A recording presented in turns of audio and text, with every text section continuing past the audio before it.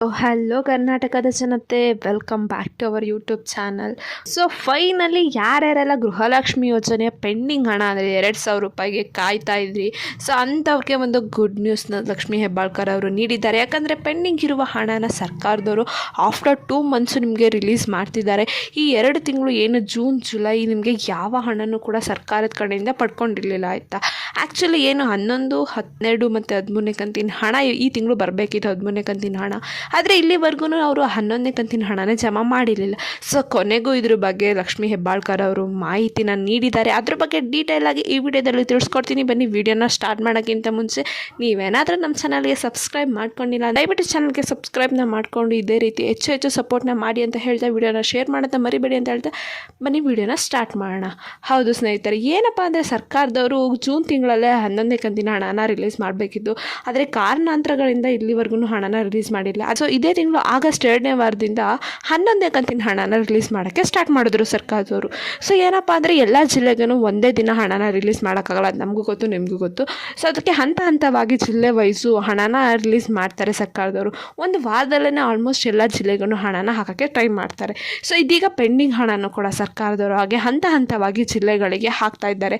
ಏನು 11, 12ನೇ ಕಂತಿನ ಹಣ ರಿಲೀಸ್ ಆಗಿರಲಿಲ್ಲ, ಸೊ ಅದನ್ನು ಹಂತವಾಗಿ ಜಿಲ್ಲೆಗಳಿಗೆ ಜಮಾನ ಮಾಡ್ತಿದ್ದಾರೆ ಸರ್ಕಾರದವರು. ಸೊ ಗೃಹಲಕ್ಷ್ಮಿ ಯೋಜನೆಯ ಪ್ರತಿ ತಿಂಗಳು ಹಣನ ಪಡಿಬೇಕು ಅಥವಾ ಹಿಂದೆ ಇರೋ ಪೆಂಡಿಂಗ್ ಹಣನ ಪಡಿಬೇಕು ಅಂದರೆ ಸರ್ಕಾರ ತಿಳಿಸಿರೋ ಒಂದಷ್ಟು ನೀತಿ ನಿಯಮಗಳನ್ನ ನಾವು ಪಾಲಿಸಲೇಬೇಕು. ಏನಪ್ಪ ಅಂದರೆ ನೀವು ನಿಮ್ಮ ಗೃಹಲಕ್ಷ್ಮಿ ಯೋಜನೆಗೆ ಕೊಟ್ಟಿರುವ ಬ್ಯಾಂಕ್ ಅಕೌಂಟು ಆ್ಯಕ್ಟಿವ್ ಇರಬೇಕು, ಮತ್ತು ಅದಕ್ಕೆ KYC ಆಗಿರಬೇಕು, ಮತ್ತು ಅದಕ್ಕೆ NPCI ಮ್ಯಾಪಿಂಗು ಕೂಡ ಆಗಿರಲೇಬೇಕು. ಇದು ಸರ್ಕಾರದವರೇ ತಂದಿರೋ ಒಂದಷ್ಟು ರೂಲ್ಸು. ನೀವು ಇದನ್ನು ಅಷ್ಟು ಫಾಲೋ ಮಾಡಿದ್ರೆ ಅಷ್ಟೇ ನಿಮಗೆ ಕೂಡ ಬೇರೆಯವ್ರ ಥರ ನಿಮಗೆ ಪ್ರತಿ ತಿಂಗಳು ಗೃಹಲಕ್ಷ್ಮಿ ಯೋಜನೆಯ ಒಂದು ಸೌಲಭ್ಯನ ಪಡ್ಕೋಬೋದು. ಸೊ ಇದೇ ರೀತಿ ನೀವೇನಾದರೂ ನಿಮ್ಮ ಖಾತೆಗೆ NPCI ಮ್ಯಾಪಿಂಗ್ ಮಾಡಿಸಿಲ್ಲ ಅಂದರೆ ನಿಮಗೆ ಹಣ ಬರಲ್ಲ. ಮತ್ತು ನೀವು ಯಾವಾಗಲೂ ಬ್ಯಾಂಕ್ ಅಕೌಂಟು ಆ್ಯಕ್ಟಿವ್ ಇರೋದನ್ನೇ ಕೊಟ್ಬಿಟ್ಟು ನೀವು ನಿಮ್ಮ ಗೃಹಲಕ್ಷ್ಮಿ ಯೋಜನೆಗೆ ಲಿಂಕ್ ಮಾಡಿಸಿರಬೇಕು. ಸೊ ಇಷ್ಟು ನೀವು ಫಾಲೋ ಮಾಡಲೇಬೇಕು ಸರ್ಕಾರದವರು ಹೇಳಿರೋ ಪ್ರಕಾರ.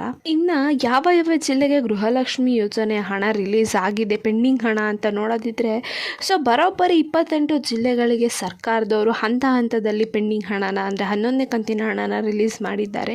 ಯಾವ್ಯಾವ ಜಿಲ್ಲೆ ಅಂತ ನೋಡೋದಾದರೆ ಒಂದು ಕೋಲಾರ, ಚಿಕ್ಕೋಡಿ, ಬೆಳಗಾವಿ, ಬಾಗಲಕೋಟೆ, ಬಿಜಾಪುರ.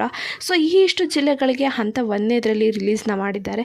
ಆ ನಂತರದಲ್ಲಿ ಗುಲ್ಬರ್ಗ, ರಾಯಚೂರು, ಧಾರವಾಡ, ಉತ್ತರ ಕನ್ನಡ, ದಾವಣಗೆರೆ, ಬೀದರು, ಕೊಪ್ಪಳ, ಬಳ್ಳಾರಿ, ಹಾವೇರಿ, ಶಿವಮೊಗ್ಗ ಹಾಗೂ ಮೈಸೂರು, ಮಂಡ್ಯ, ತುಮಕೂರು, ಚಾಮರಾಜನಗರ, ಬೆಂಗಳೂರು ಗ್ರಾಮಾಂತರ, ಬೆಂಗಳೂರು ಉತ್ತರ, ಸೆಂಟ್ರಲು, ದಕ್ಷಿಣ, ಚಿಕ್ಕಬಳ್ಳಾಪುರ, ಚಿಕ್ಕಮಗಳೂರು, ಹಾಸನ, ದಕ್ಷಿಣ ಕನ್ನಡ. ಸೊ ಇಷ್ಟು ಜಿಲ್ಲೆ ಎಲ್ಲ ಪ್ರತಿಯೊಂದು ಕರ್ನಾಟಕದ 28 ಜಿಲ್ಲೆಗೆ ಹಣನ ರಿಲೀಸ್ ಆಗಿದೆ.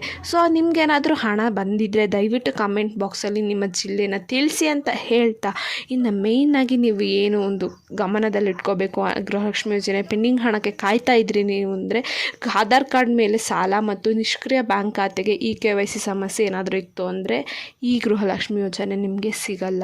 ಅದೇ ರೀತಿ ನಿಮ್ಮ ಹೆಸರು ಮತ್ತು ನಿಮ್ಮ ವಿಳಾಸ, ನಿಮ್ಮ ಹೆಸರಿನಲ್ಲಿರುವ ಇನ್ಷಿಯಲ್ ಕೂಡ ಎಲ್ಲ ಕಡೆ ಒಂದೇ ಇರಬೇಕು. ದಾಖಲೆಗಳಲ್ಲೆಲ್ಲ ನಿಮ್ಮ ಮಾಹಿತಿ ಕರೆಕ್ಟ್ ಇರಬೇಕು, ಯಾವುದ್ರಲ್ಲೂ ಮಿಸ್ಮ್ಯಾಚ್ ಆಗಬಾರ್ದು. ಸೊ ಈಗ ಏನೋ ಒಂದು ಬರೋಬ್ಬರಿ ಒಂದು 12% ಮಹಿಳೆಯರಿಗೆ ಗೃಹಲಕ್ಷ್ಮಿ ಯೋಜನೆಯ ಕಂಟಿನ್ಯೂಸ್ ಆಗಿ ಹಣ ಯಾವುದು ಜಮಾ ಆಗಿಲ್ಲ.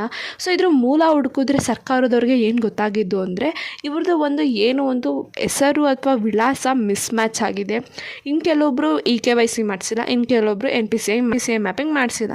ಸೊ ಇಷ್ಟು ಒಂದು ಸಣ್ಣ ಪುಟ್ಟ ಕಾರಣಗಳು, ಒಂದು ಮಿಸ್ಟೇಕಿಂದ ಅವ್ರಿಗೆ ಪ್ರತಿ ತಿಂಗಳು 2,000 ರೂಪಾಯಿ ಬರ್ತಿಲ್ಲ. ಸೊ ಇದನ್ನು ಸರ್ಕಾರದವರು ಖುದ್ದಾಗಿ ತಿಳಿಸಿದ್ದಾರೆ. ಅವರು ಸರ್ವೆ ಮಾಡಿದಾಗ ಸಿಕ್ಕಿರೋ ಮಾಹಿತಿನ ಅವರು ನಮಗೆ ತಿಳಿಸಿದ್ದಾರೆ. ಮಾಡ್ಕೊಳ್ಳಿ. ಹಾಗೆ ನೀವು ನಿಮಗೆ ಹಣ ಬಂದಿದೆಯೋ ಇಲ್ವೋ ಅಂತ ನೀವು ಡೈರೆಕ್ಟ್ ಮನೆಯಲ್ಲೇ ಕೂತ್ಕೊಂಡು DBT ಆ್ಯಪ್ ಮೂಲಕ ಚೆಕ್ ಮಾಡ್ಕೋಬೋದು. ಸೊ ಇಷ್ಟಾದರೆ ದಯವಿಟ್ಟು ಚಾನಲ್ಗೆ ಸಬ್ಸ್ಕ್ರೈಬ್ನ ಮಾಡಿಕೊಂಡು ವಿಡಿಯೋನ ಆದಷ್ಟು ಎಲ್ಲರಿಗೂ ಶೇರ್ ಮಾಡಿ ಅಂತ ಹೇಳ್ತಾ ಧನ್ಯವಾದಗಳು.